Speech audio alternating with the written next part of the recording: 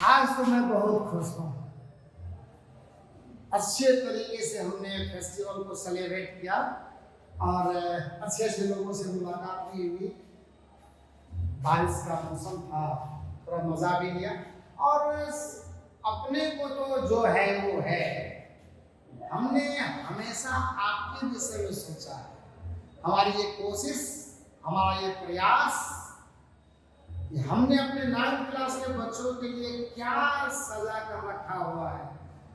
पिछले लेक्चर में हमने आपको इस चैप्टर का इंट्रोडक्शन बताया था, छोटी छोटी बातें शेयर की थी हमने आपसे, और तब हम आपको ये कहे थे कि कोई भी वस्तु अगर विरामावस्था में है तो वो ये कहती है कि मैं ठीक हूँ। अगर कोई वस्तु एक समान गति की अवस्था में है तो वो ये भी सोचता है कि मैं नहीं ठीक हूँ। इस प्रकृति में ये खेल चलता रहता है। निश्चित तौर पर हमने काइनेमेटिक्स से किस तरह से ये पार्ट हमारा अंतर करता है, डिफर करता है, ये बात बताए थे। यहाँ पे गति के कारणों की बात करने वाले हैं। अब यहाँ देखा जाए कि आज जो मेन फोकस है वो है कि हम यह समझते हैं कि गति के नियम जो हम पढ़ने वाले हैं न्यूटन साहब के द्वारा लिखे गए और साबित किए गए, उसमें जड़त्व की क्या भूमिका है और जड़त्व होता क्या है, इस पर थोड़ी चर्चा हुई थी पिछली क्लास में और पिछले लेक्चर में बहुत ज़्यादा नहीं हो पाई थी। पर आज मेन फोकस पर यही है और जब इसे समझ लेंगे तो हम फोर्स का डेफिनेशन भी समझ पाएंगे, न्यूटन की गति का पहला नियम भी समझ पाएंगे और किस तरह से न्यूटन के पहले गति नियम से हमारी ये प्रकृति, हमारा ये दैनिक जीवन जुड़ा हुआ है, इस पर भी बात करेंगे। देखो बच्चे, एग्जाम पास करने के लिए पढ़ने का कोई मतलब नहीं है। हमेशा हम लोग नॉलेज और ज्ञान के लिए पढ़ाई करते हैं और यही जरूरी भी है क्योंकि साथ यही जाएगा। आगे हमारा करियर जो बिल्डअप होगा वो हमारे नॉलेज के आधार पर ही होगा। आइए हम समझते हैं कि जड़त्व क्या है। इसके तथ्य में सिर्फ एक बात है कि किसी भी वस्तु के द्रव्यमान के हिसाब से उसके अंदर छिपी हुई यह एक विशेषता है, यह एक गुण है, एक प्रॉपर्टीज है, जिसके आधार पर वो वस्तु अपनी पुरानी अवस्था से हमारा मतलब है कि जिस अवस्था में अभी वो है उस अवस्था में अपने आप को बनाए रखने में सक्षम होती है, सफल होती है। इसे ही उसका जड़त्व यानी इनर्शिया कहते हैं। इनर्शिया एक आंतरिक गुण या विशेषता के रूप में किसी वस्तु में परिभाषित होता है, जिस गुण की वजह से, जिस विशेषता की वजह से वह वस्तु अपने अवस्था को बनाए रखने में, मतलब स्टेट को मेंटेन करने में सफल रहती है, सक्षम रहती है। ये एकदम बिल्कुल आम जन की भाषा, हमारी अपनी भाषा है, आपकी भाषा है, ताकि आपको बहुत अच्छे तरीके से चीजें समझ में आए। प्रयास यही है, बहुत हाई फाई जाने की बात नहीं है। हाई फाई लेक्चर का भी दौर आ रहा है, हाई फाई क्लासेस के लिए हाई फाई लेक्चर होगा, उसको भी आप ऑब्जर्व करने की कोशिश करोगे।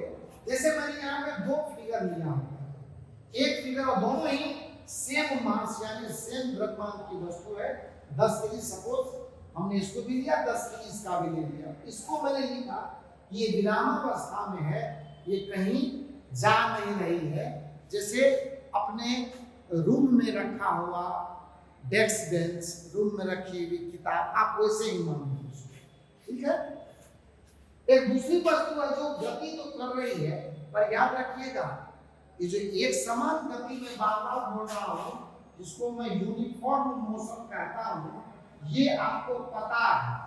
यूनिफॉर्म मोशन यानी एक समान गति का हमारा मतलब है इस गति में एक्सीलरेशन नहीं है, नॉन एक्सीलरेटेड मोशन। आपको तो पता ही है कि वेलोसिटी यानी वेग कांस्टेंट कब रहता है, जब वस्तु के वेग में त्वरण यानी एक्सीलरेशन नहीं हो। इसका मास्टरमाइंड हम लोग हैं, काइनेमेटिक्स में पूरा डिटेल हम लोग इसको कर चुके हैं।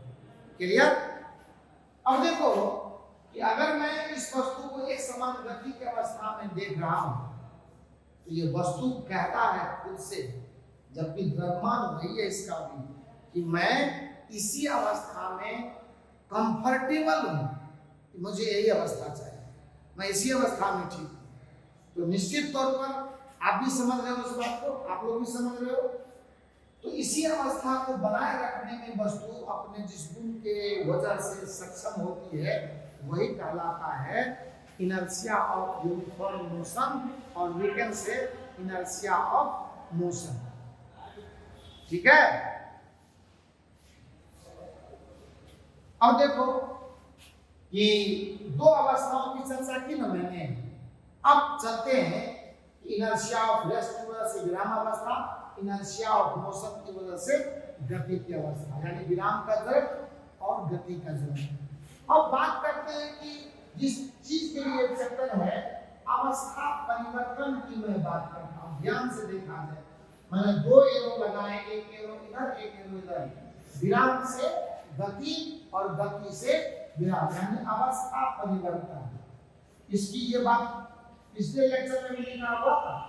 अवस्था परिवर्तन अब आता है असली दौर, जब चेंज ऑफ स्टेट की बात करते हैं, यानी विराम से गति की अवस्था या गति से विराम की अवस्था। गति का मतलब याद रखिएगा, एक समान गति की मैं बात कर रहा हूं। देखिए ये देखिए, विराम से गति तो गति से विराम। यह जो अवस्था परिवर्तन का खेल है, यही खेल बाहरी एजेंट करता है। जैसे अगर मैं इस वस्तु के ऊपर कोई पुश या पुल न अप्लाई करूं, या तो पुश करूं या मैं पुल करूं, तो निश्चित तौर पे ये जो है वस्तु अपने जगह से विस्थापित नहीं होगी। तो अवस्था परिवर्तन का जिम्मेदार कौन है? फोर्स है। यह अलग बात है, जब मैं फोर्स यानी बल की परिभाषा ले रहा होता हूं तो उस समय में हमें यह कहना होता है कि बल जरूरी नहीं कि हमेशा वस्तु का स्टेट चेंज कर ही देगा, अवस्था परिवर्तन कर ही देगा। 100% गारंटी नहीं है, लेकिन ट्रायल उसके हाथ में जरूर है। मुझे अगर कहा जाए कि इस दीवार को, इस पहाड़ को, इस लोहे के पिलर को आप यहाँ से 10 मीटर डिस्प्लेस कर दो, तो हो सकता है कि मेरे पास ये इतना फोर्स या इतनी ताकत ना हो कि मैं वो फोर्स लगा सकूं, पर प्रयास तो कर सकता हूं। इसीलिए बल को पहली बार एक डेफिनेशन का रूप मिल रहा है जो ये कहता है अपने हिसाब से, यहाँ की बात में अगर करूं तो, कि बल वह भौतिक कारण है जो किसी वस्तु या निकाय या सिस्टम पर अगर आरोपित किया जाए तो उस वस्तु में या तो विस्थापन हो जाता है, या वह बल इतना नहीं हो कि उसको विस्थापित कर सके, तो विस्थापित करने की कोशिश जरूर करता है। So physics is defined as a physical cause that displaces a body or try to displace it if applied on it. निश्चित तौर पर बल वो भौतिक कारण है जो किसी वस्तु पर अगर आरोपित किया जाए, लगाया जाए, अप्लाई किया जाए, तो यह उस वस्तु में या तो विस्थापन ला देता है या लाने की कोशिश करता है। ये बल की परिभाषा है, फर्स्ट स्टेज डेफिनेशन है। इसे समझ करके, इसे जान करके हम लोग ये कह सकते हैं कि पहली बार हमें बल की जानकारी मिल रही है। मतलब डायनामिक्स को, फिजिक्स के इस हिस्से को पढ़ते हुए हमें बहुत मजा आ रहा है।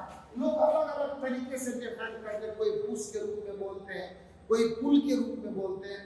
ये डजंट मैटर, मेन थीम को समझना है। Either it is a form of push और फॉर्म ऑफ पुल, ये चाहे तो धक्का के रूप में हो या खिंचाव के रूप में हो, ये मैटर नहीं करता। पर वो बाहरी बल है, वो बाहरी कारण है, सिस्टम को, निकाय को डिस्प्लेस कर रहा है, ये मेन चीज है, इस पर बात होनी चाहिए।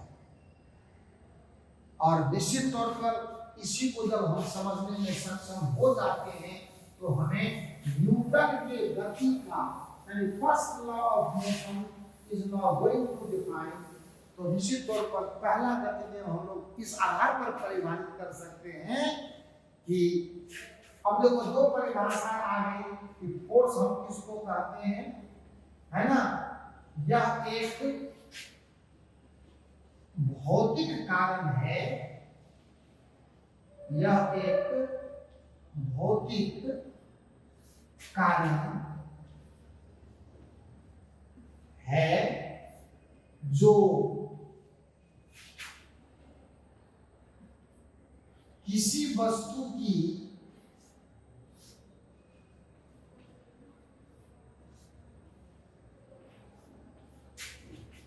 अवस्था, बार बार मैं आपको बोल रहा हूं, अवस्था का मतलब विराम या गति, अवस्था परिवर्तन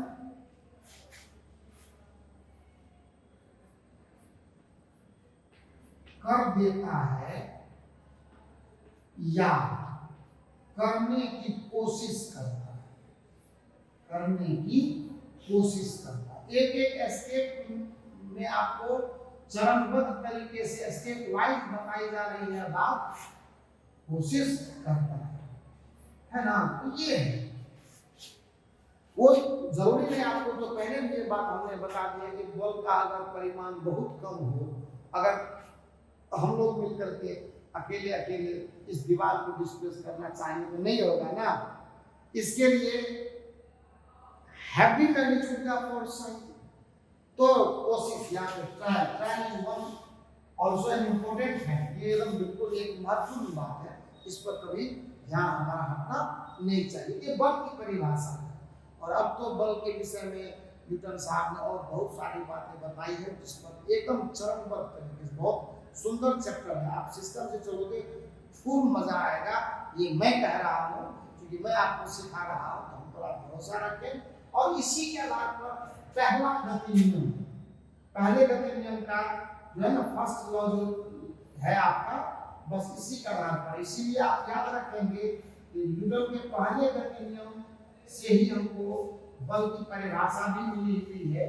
अगर कोई वस्तु विरामावस्था या एक समान गति की अवस्था में हो, ये उसी अवस्था में तब तक बनी रहेगी जब तक कोई एक्सटर्नल फोर्स यानी बाहरी बल उसके ऊपर आरोपित न किया जाए। यही पहला गति नियम है। इस पर अच्छी बातचीत करेंगे हम लोग अगले लेक्चर में। इतनी बात अगर आज की समझ में आपको आई है, और छोटे छोटे सेगमेंट में मैं आपको लेक्चर दे रहा हूँ, बिल्कुल छोटे छोटे, एकदम आराम से चीजें समझ में आए। जब आपका एक तरह से बेस क्लियर हो जाएगा तो फिर लेक्चर का साइज बड़ा करेंगे, तब आपको थोड़ी सी ग्रेविटी और बैठने की भी आदत पड़ेगी, तो आपको ज़्यादा आनंद भी आएगा। अब या तो बिल्कुल आप एक हैबिट बनाइए और चैनल को सब्सक्राइब कीजिए, शेयर कीजिए दोस्तों में। और ये चूंकि सेकंड लेक्चर है इस चैप्टर का, अभी कुछ नुकसान नहीं हुआ है, जितने लोग जुड़ेंगे बिल्कुल मजा आएगा। अच्छी फिजिक्स पढ़िए और बहुत जल्द हम आपके लिए केमिस्ट्री भी लेकर के आएंगे। पहले आप इस पर थोड़ा और मेहनत कर लीजिए, थोड़ा सा और मजबूत हो लीजिए, तो फिर बाकी और भी सब्जेक्ट हम प्रयास करेंगे आपके लिए।